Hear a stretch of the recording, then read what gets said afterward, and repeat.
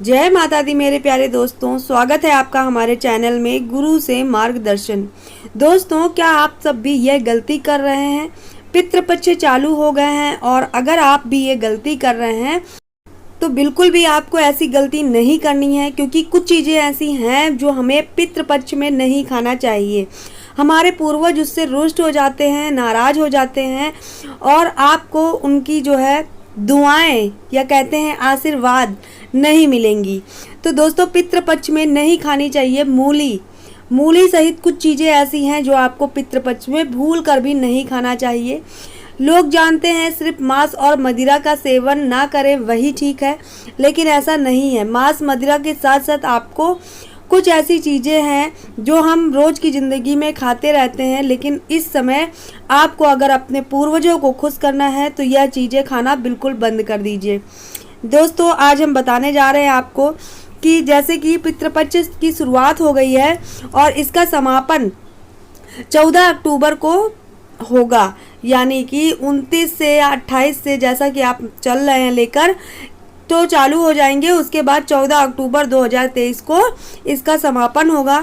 हमारे हिंदू धर्म में इसका बेहद महत्व माना जाता है और पितरपक्ष के दौरान पूर्वजों को प्रसन्न करने के लिए श्राद्ध किया जाता है, तर्पण किया जाता है, पिंडदान भी किया जाता है।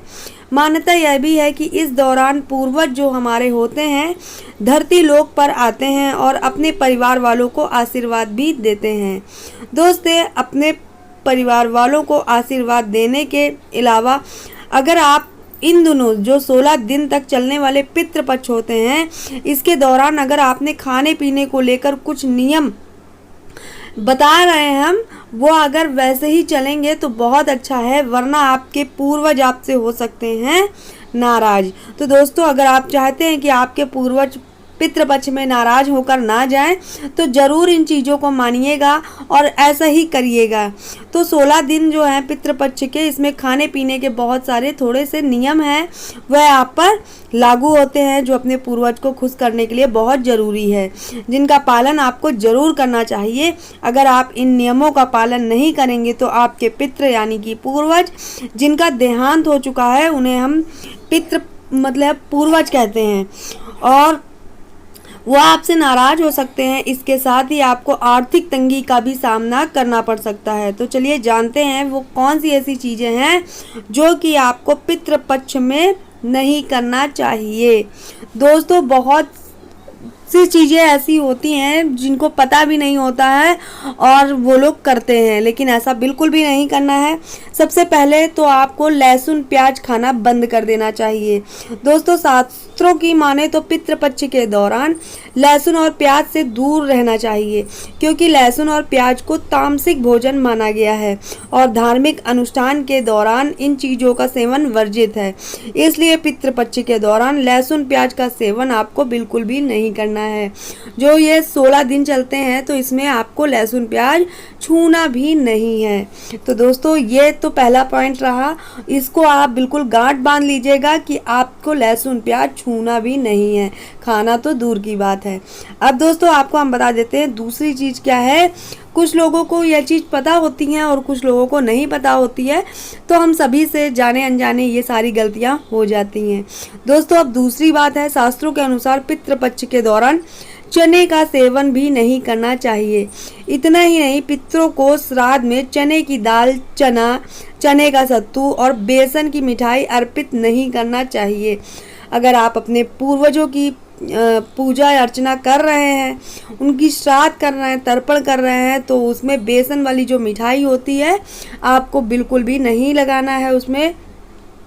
और जो भी आप भोजन बनाइए उसमें चने की दाल हो या सत्तू की कोई चीज़ हो तो बिल्कुल भी ऐसी चीज़ें ना लगाइए, क्योंकि यह अशुभ मानी जाती है। इसे अर्पण बिल्कुल भी नहीं करना है, इसलिए इसका सेवन भी पितृपक्ष खत्म होने के बाद ही आप भी इसका सेवन करें। तो दूसरी चीज़ तो हो गई चना, क्योंकि चना आपको बिल्कुल भी सेवन नहीं करना है। चने से बनी हुई कोई भी चीज़ हो, सत्तू हो या बेसन हो, मिठाई हो, कुछ भी हो, आपको इन चीज़ों का मतलब उनको अर्पण भी नहीं करना है और स्वयं भी नहीं खाना है। तो दोस्तों आप बात कर लेते हैं, तीसरा पॉइंट है मसूर की दाल। मसूर की दाल, ऐसा कहा जाता है पितृपक्ष के दौरान मसूर की दाल से भी दूरी बनाकर रखना चाहिए, क्योंकि इसका सेवन अशुभ माना गया है। इसके अलावा इस दौरान किसी भी प्रकार के कच्चे अनाज का सेवन नहीं करना चाहिए। कच्चे अनाज का सेवन नहीं करना है आपको, बल्कि अनाज को पका कर ही खाना है। तो ऐसा कहा जाता है पितृपक्ष जो चलते हैं इसमें आपको मसूर की दाल बिल्कुल भी नहीं बनानी है और इसका सेवन अशुभ माना जाता है। तो जब पितृपक्ष चल रहे हों तो आपको यह चीज़ बिल्कुल भी नहीं बनाकर खानी है। दोस्तों अब बात कर लेते हैं मांस और मदिरा। जी हाँ दोस्तों, बहुत सारे लोग ऐसे होते हैं जो कि मांस का सेवन भी करते हैं और मदिरा का सेवन भी करते हैं। दोस्तों आप इन 16 दिनों में बिल्कुल भी छोड़ दीजिएगा ये चीज़ें, क्योंकि ये बहुत ज़्यादा अशुभ फल देती हैं। हमारे पूर्वजों की बद्दुआ भी लग सकती है, तो आप ज़िंदगी भर रोते ही रहेंगे, पैसों से कंगाली ही छाती रहेगी। इसलिए अगर आप अपने पूर्वजों का आशीर्वाद पाना चाहते हैं तो ये मदिरा और मांस का सेवन बिल्कुल भी बंद कर दीजिए, ठीक है। तो आपको बिल्कुल भी नहीं छूना है। 16 दिन निकल जाने के बाद वो आपकी इच्छा है, तो आपको यह चीज़ें भी नहीं उपयोग में लानी है।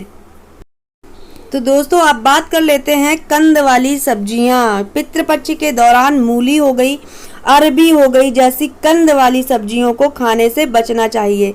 इन्हें खाना अशुभ माना जाता है। ऐसा कहा जाता है कि यह सब्जियां पितरों को नहीं चढ़ाई जाती हैं, इसलिए इन सब्जियों को श्राद्ध में भी नहीं पकाना चाहिए।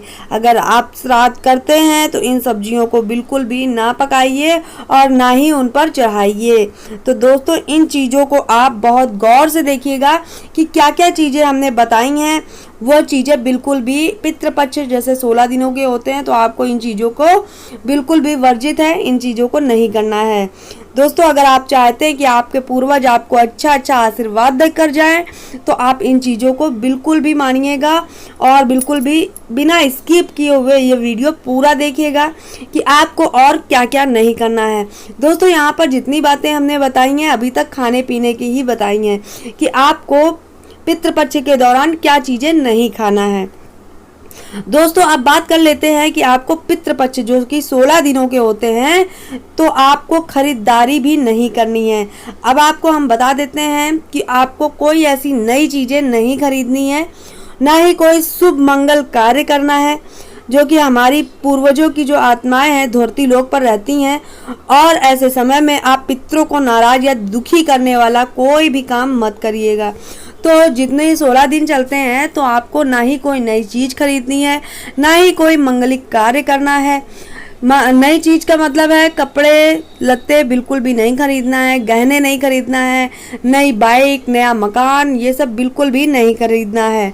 देखिए आप अगर इन सब चीज़ों को खरीदेंगे, शुभ मंगल काम करेंगे, अगर आपके घर में किसी की डेथ हो चुकी है और आप ये सब श्राद्ध या पितृपक्ष मनाते हैं तो आप इन चीज़ों को बिल्कुल भी त्याग दीजिएगा, नहीं तो हमारे पूर्वज हमसे रुष्ट होकर चले जाएंगे और वह बद्दुआ दे जाएंगे। आशीर्वाद की जगह बद्दुआ मिल जाएगी, आपके घर में कंगाली छा जाएगी।